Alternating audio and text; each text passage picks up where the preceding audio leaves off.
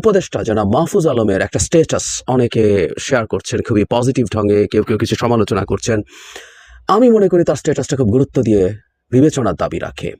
এর মধ্যে তার হতাশা, আপাত হতাশা, তার ক্ষোভ এর বহিঃপ্রকাশ আছে।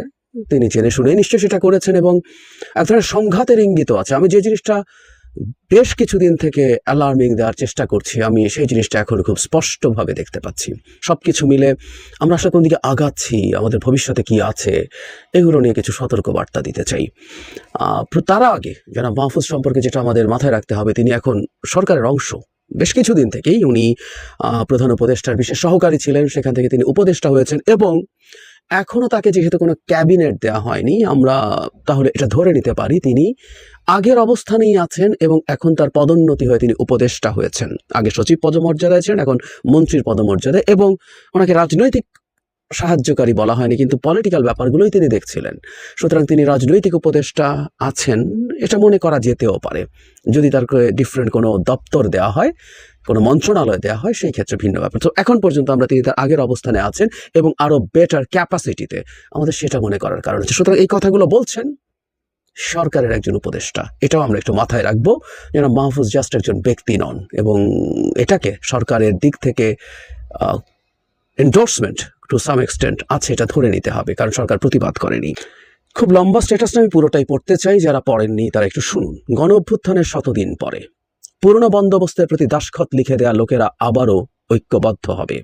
এ দল ওই দল এখানে মুখ্য নয়, মুখ্য হলো পুরাতন প্রজন্ম ও বন্দোবস্ত। ছাত্র তরুণদের জন্য একটি সুযোগ এসেছে, প্রতিটি প্রজন্মের কাছে এরকম একটি সুযোগ আসে। 90-এর ছাত্র তরুণ খরচ হয়ে গেছে আগেকার, এখানে একটু মিসস্পেলিং আছে, প্রজন্মের ধূর্তামির কাছে। আবারও সে ধূর্ত পুরাতনপন্থীরা ছাত্র তরুণদের মধ্যে যে বিভেদ ও অনাস্থা তৈরি করছেন, সে সম্বন্ধে ছাত্র তরুণীরা সতর্ক না থাকলে তারা প্রজন্ম আকারে হত্যাযোগ্য হয়ে উঠবেন। কারণ 90-এর রক্তাক্ত এবং কারণ 90 এত রক্তাক্ত ও কনফ্রন্টেশনাল ছিল না। এখানে প্রায় 1.5 লক্ষ আহত, মানে মাঠের লড়াকু আছেন, 2000 বা তদূর্ধ্ব শহীদ আছেন। গৃহযুদ্ধের পূর্ববর্তী মুহূর্তে একটা সামাল দেয়া প্রচেষ্টা শুরু হয়েছে, যা এখনো চলমান। এই জায়গাটা একটু খেয়াল করি। গৃহযুদ্ধের পূর্ববর্তী মুহূর্তে একটা সামাল দেয়া প্রচেষ্টা শুরু হয়েছে, যা এখনো চলমান। সামাল দেয়াকে তিনি কোট আনকোট করছেন, গৃহযুদ্ধকে কিন্তু কোট আনকোট করেননি। তার মানে গৃহযুদ্ধ বলতে তিনি বিশেষ কিছু সিম্বলিকলি বুঝিয়েছেন, না বলে আমরা এটাকে সরাসরি গৃহযুদ্ধ হিসাবেই ধরতে পারি।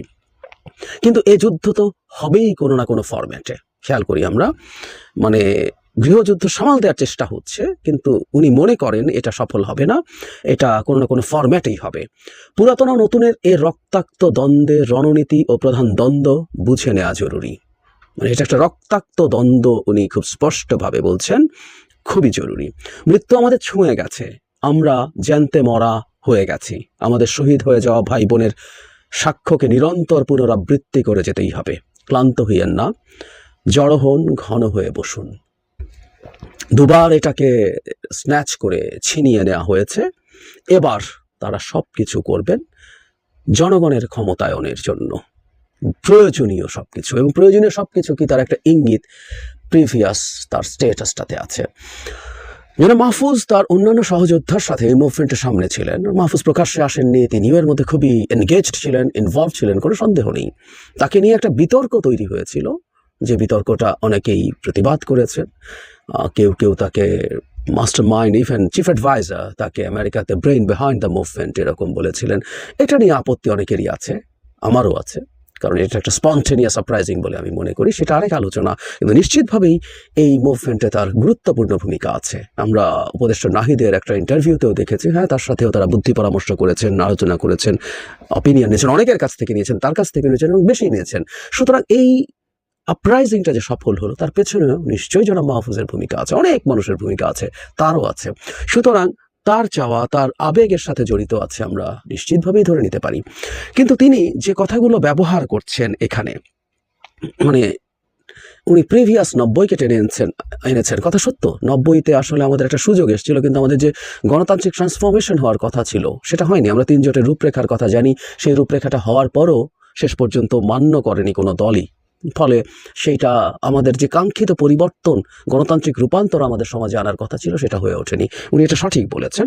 কিন্তু এখন সেটা নিয়ে এই ভয়ও তার হওয়ার যৌক্তিক কারণ আছে যে এবারকার এটাও স্ন্যাচড হয় কিনা।